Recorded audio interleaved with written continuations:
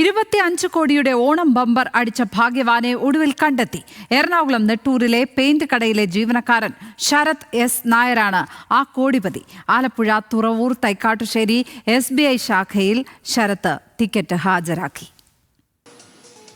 ആരാണ് ആ ഭാഗ്യശാലി എന്നറിയാനുള്ള കാത്തിരിപ്പിലായിരുന്നു കഴിഞ്ഞ 2 ദിവസമായി മലയാളികൾ. പലരും പല പേരുകളും പറഞ്ഞു. എന്നാൽ ഇന്ന് 25 കോടിയുടെ ഓണം ബമ്പർ അടിച്ച ഭാഗ്യവാൻ മറനീക്കി പുറത്തു വന്നു. ആലപ്പുഴ തുറവൂർ തൈക്കാട്ടുശ്ശേരി സ്വദേശിയായ ശരത് എസ് നായർ ഉച്ചയോടെ ടിക്കറ്റ് SBI ശാഖയിൽ ഹാജരാക്കി. അപ്രതീക്ഷിത ഭാഗ്യമാണ് ലഭിച്ചതെന്നും ആദ്യമായാണ് ഓണം ബമ്പർ എടുക്കുന്നതെന്നും ശരത് പറഞ്ഞപ്പോൾ ഞാൻ ജസ്റ്റ് ഫോണിൽ ഫോട്ടോ എടുത്തിട്ട് നോക്കി. അപ്പോൾ കണ്ടപ്പോൾ എനിക്ക് അങ്ങോട്ട് വിശ്വസിക്കാൻ പറ്റിയില്ല.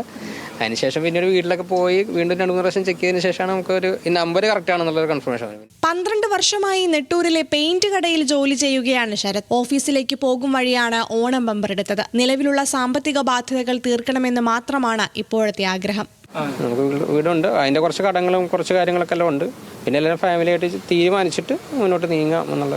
നെട്ടൂർ സ്വദേശി ലതീഷ് വിറ്റ ടിക്കറ്റിനാണ് ഇത്തവണ 1ാം സമ്മാനം അടിച്ചത്. കമ്മീഷൻ ഇനത്തിൽ ലതീഷിനും 2.5 കോടി ലഭിക്കും. 3 മാസം മുമ്പ് ലതീഷ് വിറ്റ ടിക്കറ്റിന് 1 കോടി സമ്മാനം ലഭിച്ചിരുന്നു. ന്യൂസ് മലയാളം, കൊച്ചി.